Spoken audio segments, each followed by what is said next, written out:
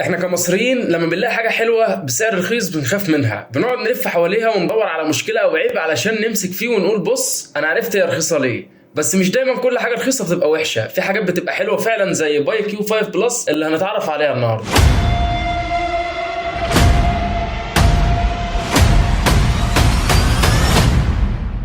السلام عليكم ورحمة الله وبركاته، ازيك عامل ايه؟ يا رب تكون بخير. انا عمرو مجدي، وفي الفيديو ده هنتفرج على مميزات وعيوب باي كيو 5 بلس بعد سنة من استخدامها في السوق المصري.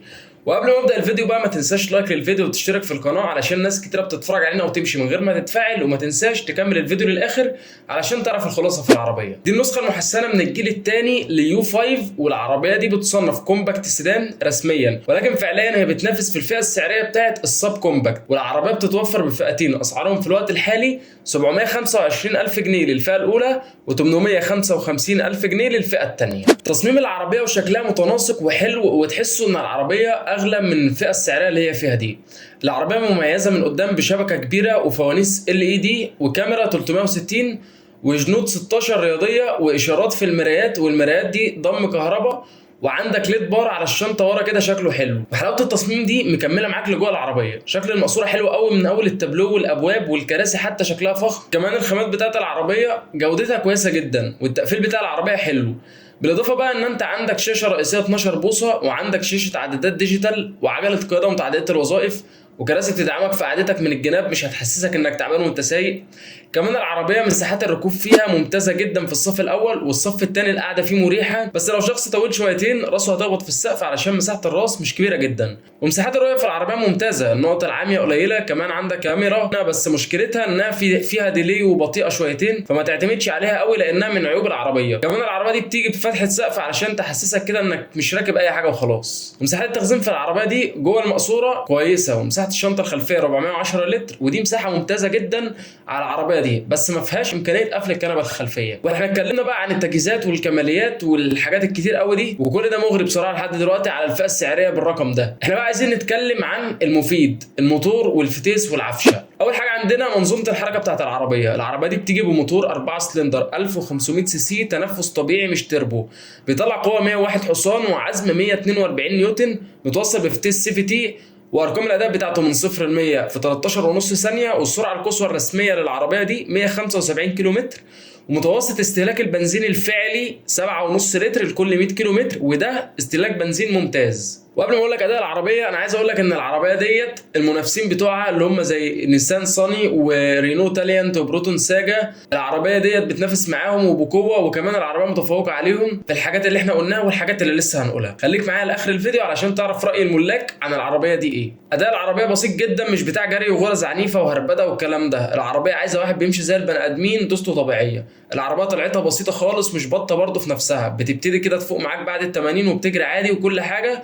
بس العربيه منظومه الحركه بتاعتها في الاساس هدفها توفير البنزين. نظام التعليق بتاع العربيه دي مايل للنشفاء علشان يخدم على العربيه في الثبات، علشان العربيه وهي فاضيه خفيفه على السرعات العاليه، وهتحس ببادي رول فيها لو الهواء خبطها جامد. كمان العربيه بتاخد النار والمطبات بشكل كويس، هتحسها بتدب سنه، بس الكراسي دعمك كده في نقطه الراحه، علشان خاطر كراسي العربيه دي حاجه حلوه فيها بصراحه ومن المميزات اللي فيها. فاجمالا كده في نقطه التعليق نقدر نقول انه ناشف علشان العربيه تبقى ثابته كويس جدا على الطريق، بس برضه في نفس الوقت الراحه مش مظلومه قوي معانا. العزل الصوتي في العربيه عادي، هتسمع صوت الهواء والموتور والكاوتش والعفشه. كان محتاج يبقى احسن من كده بكتير على فكره.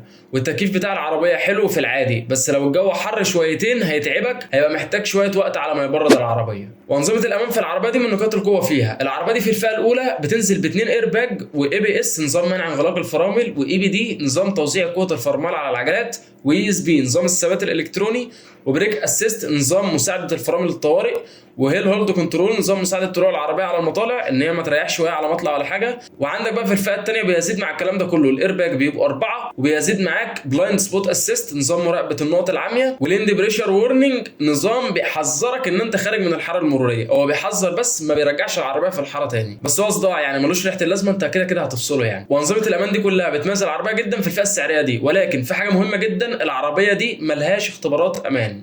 طيب بعد سنه استخدام حقيقي في مصر، ايه راي الملاك بقى في باي كيو 5 بلس؟ بصراحه اغلب الناس شايفه ان باي كيو 5 بلس صفقه حلوه جدا مقابل سعرها، شكلها من بره وجوه مميز وحاسين انهم واخدين عربيه اغلى من اللي دفعوه، وكمان استهلاك البنزين كان مفاجاه حلوه اللي هو حوالي 7 لتر لكل 100 كيلو متر، وده رقم ممتاز في الفئه دي، وتوكيل كويس في التعامل، وقطع الغيار الاستهلاكيه متوفره بس مش كله مثالي، الكاوتش مش احسن حاجه، والتكييف محتاج عزل حراري علشان خاطر يبقى كويس، والكاميرا فيها لاج وبتعلق، واهم نقطه صاج العربيه خفيف واي خبطه ممكن تاثر بشكل كبير فيه، وكمان باي كيو 5 بلس مش افضل اختيار لو هتشغلها اوبر او كريم، في بدائل اقوى في النقطه دي، ولكن للاستخدام الشخصي باي كيو 5 بلس اختيار مناسب جدا مقابل سعرها. وكمان في ناس مشيت بالعربيه لحد دلوقتي 60000 كيلو وقالوا ان العربيه كويسه ما قابلتهمش فيهم مشاكل جوهريه. الخلاصه في باي كيو 5 بلس، باي كيو 5 بلس من العربيات اللي بتقدم قيمه قويه جدا مقابل السعر، بتاخد تصميم مميز وتجهيزات كتير صعب تلاقيها في الفئه دي، واستهلاك بنزين اقتصادي يخليها مناسبه للاستخدام اليومي. تشتريها لو عايز عربيه شكلها شيك وامكانياتها عاليه بسعر اقتصادي، لو استخدامك شخصي او عائلي وبتدور على عربيه مريحه وموفره في البنزين. وما تشتريهاش لو بتدور على اداء قوي او جري، او عايز عربيه تستحمل استخدام عنيف او شغل تقيل، او ناوي تعتمد عليها في شغل زي اوبر وكريم بشكل يومي. وكمان لازم تبقى واخد بالك من نقطه الصاج، وانك تتعامل مع العربيه بهدوء شويه. لو فاهم استخدامك كويس فباي كيو 5 بلس صفقه حلوه جدا وهتديك قيمه اعلى من سعرها، لكن مش معموله لكل الناس. وفي الختام شكرا ليك على المتابعه، اتمنى يكون الفيديو عجبكم، ما تنسوش لايك وشير للفيديو وتشتركوا في القناه على يوتيوب،